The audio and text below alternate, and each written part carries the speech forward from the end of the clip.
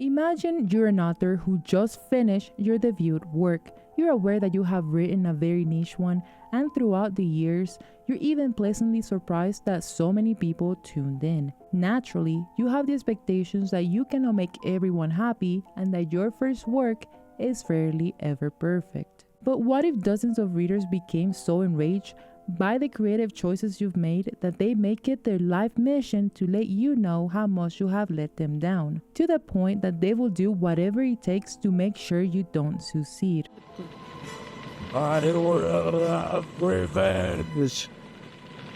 And I've seen intense fan reactions to finales like Jujutsu Kaisen and Chainsaw Man, but at least those had a beginning, middle, and end. The ending drops, backlash, and then it subsides a week or two after the ending. But the people I'm talking about seem stuck in a bottomless pit of outrage with no end in sight. And I needed to know if it is just me who found this type of conduct a little, I don't know, above average on the unhingeometer. They are the perfect example of what happens when fandom attachment turns into obsession, vitriol, entitlement, and refusal to accept the story for what it is, and how that bleeds into coordinated harassment. My focus is on behaviors I've observed from one specific group over authorial choices, because the line for me is crossed when someone tries to sabotage a career and mental health of someone simply because the character they wanted as endgame wasn't chosen. With all of that said, are you ready? Let's begin. To give you guys a little context, Wet Sand is an 18+ BL manhwa centered on a love triangle between Jungwoo, TJ, and Joe. Jungwoo wants to be with TJ but doesn't want to be part of the gang, as he feels like he is losing his humanity the longer he stays. TJ wants Jungwoo but also wants the gang he's shed blood, sweat, and tears for over a decade to inherit. And most importantly, it keeps Jungwoo alive. Joe is the second option, the exit strategy, and the person who shows Jungwoo what a civilian life could be. It gives Twilight Vampire Diaries setup the safe choice versus the dangerous one. And logically, in a love triangle, only one pairing can be chosen. So when you choose to pick up a story marketed as a love triangle, you should be prepared for at least a 50-50 chance that someone ends up alone. And no offense, but if you read Wet Sand with your eyes open, it was fairly clear who the endgame was going to be. You know that saying, when someone shows you who they are, believe them the first time? Jungwoo abandons Joe multiple times to run to TJ's side. He reached out to someone to get information about his whereabouts the moment he leaves so he doesn't get involved with the gang. In chapter 72, Jungwoo asks TJ to run together, making it clear that the main conflict is not with each other but the gang. So the moment TJ chose Jungwoo instead of the gang, it was GG's. And not only that, but I've never seen a main character being treated like a side piece as much as Jungwoo treated Joe. So I kinda knew that he wasn't going to be endgame anyways. Hitting him with all the post-date clarity classics after hooking up the first time, such as, "That was fun. Don't you have work? I gotta go. Take a shower if you want and close the door behind you," as he was leaving to see TJ. The only reason he was able to keep in touch with Jungwoo was because he played the, well, at least let's be friends card, which has been known to have a high success rate. 60% of the time, it works every time. And I'm not saying this to call anyone dumb for not seeing it coming. The reason I'm pointing this out is because of how obvious it was and the disproportionality of their response after it was confirmed that the favorite wasn't going to be chosen, as if it came out of nowhere. Along the way, some safety nets of reason should have been set to at least be mentally prepared that they were not going to end up together. Disclaimer, one of many.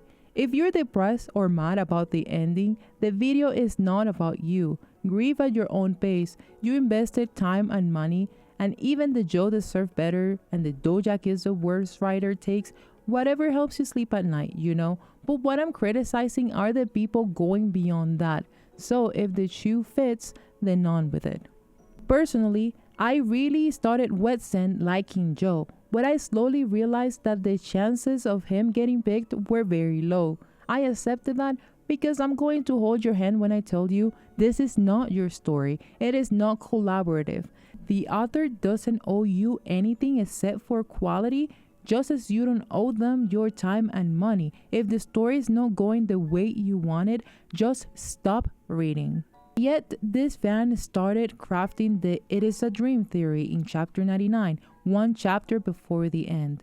Dojak even brought a narrator during chapter 98, which she rarely does, to say that chapter with those two as lovers will forever remain close. They ignored it, and then they acted all shocked in chapter 100 when it was shown that it wasn't a dream and they were happily living together.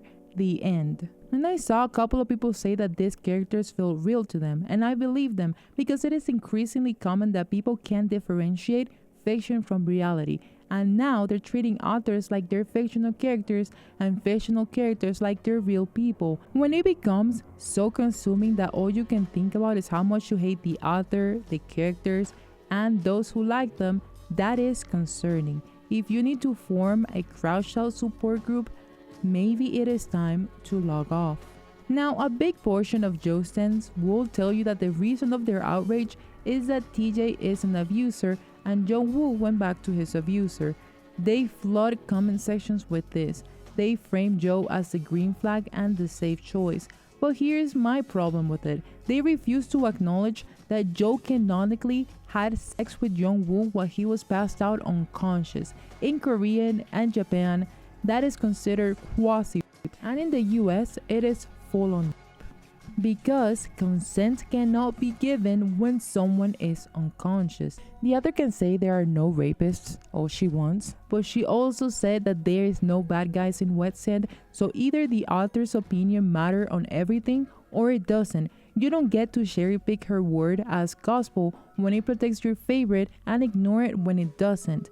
If we are applying real world standards, then do it consistently. If TJ is an abuser because he had Lucky stop Jung-woo from leaving, which ended up breaking his leg, and financially manipulated him into debt, then we can also call what Joe did rape and manipulation, and Jung-woo isn't clean either, as he is taking their obsession as proof of existence and value. It is almost as if all three characters are deeply flawed.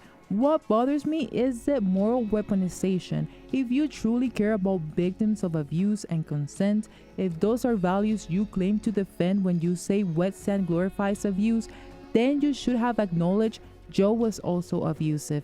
The fact that you don't mean that you don't actually care about abuse, you care about which ship won. You're using a serious real-world accusation as an excuse to attack an author over a fictional character while giving your favorite a free pass. And to be clear, disclaimer number 2, criticizing the story is not the same as harassing a person. If you want to say Joe and Jung-woo's scene was mishandled and should have been framed as assault, that is legitimate critique. I might agree, but that is not what's happening. The 1-star reviews are moral high ground while ignoring identical behavior in the preferred partner. Now that's enough of the people that we're dealing with.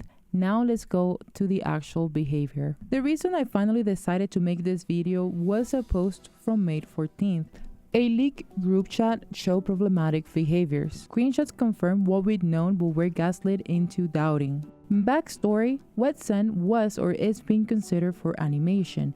In the leaked chat, participants admitted to creating fake accounts to start conflict with other fandoms competing for the animation, like Roses and Champagne, and even ones that were not, like Jinx. They manipulated votes using the email plus trick, which is quite literally manual botting, and the whole thing started when someone said they created unlimited accounts to make sure that Wet Sand doesn't get animated. The fans fought fire with fire. What stands out to me is the sheer audacity of telling someone to get a hobby when you're a grown woman between the ages of 20 to 40, coordinating multiple accounts in a group chat. One person got in trouble at work because they were caught doing this instead of their actual job. So you're literally acting worse than fans of a manga targeted to 12-year-old boys telling someone else to get a hobby. And look, it is normal to dislike a series and vote for another. That is not what I'm criticizing. The issue is creating dozens or even hundreds of accounts so a series doesn't win. And these people cried about wet sand using bots when they were doing the exact same thing. And honestly, I wouldn't be surprised if these are the same people responsible for what happened in Readybooks. That is the main platform for reading wet sand in Korea. After the story ended, I wanted to test a theory that they were actively bearing positive reviews. So I waited until there was one comment the entire day. So at 10:22, Readybooks show a total of 2,525 reviews. I added my positive review, bringing it to 26. Overnight, 4 one-star reviews appear, but the total only rose to 2,527. That means that 3 out of those 4 were deletions and reposts of existing low ratings. I repeated the experiment twice more since, in the scientific method, they taught you that the experiments must be repeatable. So the second time, I actually reposted the comment with a little update about my observation, including the fact that 2 of those comments were in questionable Korean. I hired a Korean translator to fact check this. The third time, they posted again, but this time it was in proper Korean and the number did increase by 4, so at the very least, they are good at taking feedback. But things worked out better than expected because by that third time, someone admitted in their replies in 4K to seeing the post 3 times, which means they're either the person I topped on an alt account or they were obsessively checking and refreshing for it to catch it because that second to third was quite literally within 5 minutes. Honorable mentions: screenshots of people pushing others to create multiple accounts to tank their rating from a 4.8 to a massive 4.7. Like, it is going from an A to an A, but whatever helps you sleep at night. We're all about empowerment in here. Also, tagging the author in hostile tweets. I'm not gonna read them out loud. You can pause and read them if you would like. But I think the highlight was when someone threatened legal action against Dojak, and it was so ridiculous that a Brazilian news article covered it and they were screeching. The same people also made fun of her for not getting any congratulatory art from other authors, while also attacking any author who did it. What concerns me the most is the precedent. If creators suspect that taking narrative risk will bring coordinated harassment, then the obvious response is to avoid risks. More editors and publishers will discourage creative exploration outside of the market research. That's exactly what they tried to do with Dojak, and she declined because she'd rather be quote-unquote failure than be boxed in. But if this behavior is normalized, the incentive to shift to safe, predictable, fan-approved stories rather than honest creative expressions will happen. And if I see one more variation of Cinderella, I will flip. Some of the best art comes from things you want to read that don't exist yet.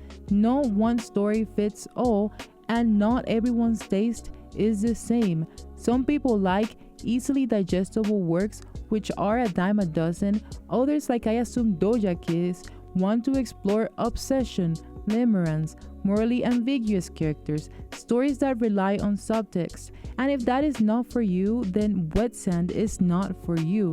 I don't think that art should try to cater to everyone. The moment we lose that is the moment art dies. And what happened with dealing with disappointment in a healthy manner? Create your fanfics and fanarts, share your criticism and move on. Don't talk the author in rude, personal comments. Don't tell someone who wrote a perfectly good debut story to hire writers, because the insult doesn't really land when you've never written anything longer than a tweet or a one-shot AO3 fanfic. The reason I care so much is that I also write essays. My essays aren't for everyone. I remember on my Satosugu video, someone said that I was catering to those people, and I replied with, I am those people. I love diving into subtext and looking deeply into things. I've listened to my own videos when I needed a reminder. The Ghetto video about not being so rigid about my aspirations, the Megumi video about allowing myself to grieve, the domain expansion. Without it, I probably wouldn't have been using my own voice today. I make videos for me, So I am very protective about authors who want to do the same and get attacked for it. When I look back at my first literary analysis versus my latest, I see how much I've grown. Like for example, my first literary analysis essay was on Yuji, and even though I'm not gonna say that it was bad, it felt very much like a lecture. I was pointing and explaining, and that's what I did the entire video. Whereas in my Ghetto video, even though it starts very theory heavy, it transitions into the heart of the story. You think that if I wanted to appeal to the JJK masses, I'd be making this type of content? Absolutely not. There is not one video that I don't get a variation of, oh wow, a JJK fan that can't read. Crazy. This might be a hot take, but I feel like my content deserves to exist even though it doesn't cater to 90% of the fandom. Same with Dojak, her story deserves to exist even if it doesn't cater to the majority of the Bill audience, flaws and everything. Moving forward, lesson learned. I will never participate in a fandom this deeply again unless it is Satosugu or Satosugu coded, because I'll be 86 and still chip them. But if I see people harassing Gege or any author for their authorial choices or not making something explicitly canon, it would be on sight. Let others write what they want, how they want it. Your mission, should you choose to accept it, is not to support what you don't like. You can criticize, but don't step into harassment. Anyways, let me know in the comments if this is normal. I genuinely don't spend much time in online spaces, so I was a little stunned that adults would act like this. But to end things on a sweet note, despite everything, Dojak prevailed. The story, for being the first one, was a massive success. Digital and print in multiple language, a CD drama, a contract for her next work already.